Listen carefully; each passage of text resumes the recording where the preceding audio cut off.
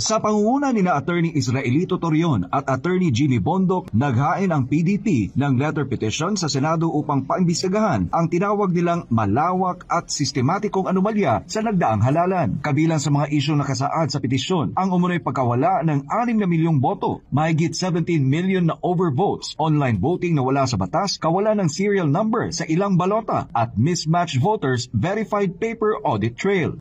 Simula kami doon sa yung pagkadiskubre ng mga election paraphernalias doon po sa Davao City. 17 million, hindi 7 million. 17 million overvotes yun.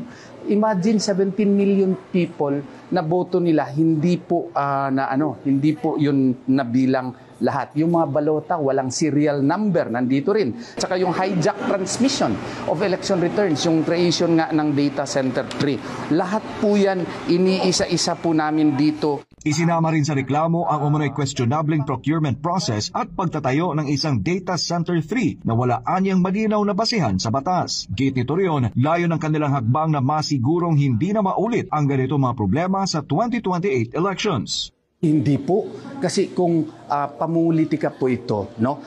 Sana election protest nga, tama si Attorney Jimmy Bondoc doon, para talaga ito sa bayan, para makorek po whatever irregularities or misdemeanors that may have been committed in the last election, so that sa 2028 po, wala na po tayong mga problema na ganito. Paliwanag naman ni Attorney Bondoc, ang kanilang hakbang ay para sa legislation at hindi para sa personal na interes. Kasi kung gusto namin makaupo, electoral protest ang ipapile natin for under the jurisdiction of the electoral tribunals. Ito po ay para sa legislation sa hinaharap, para hindi maulit.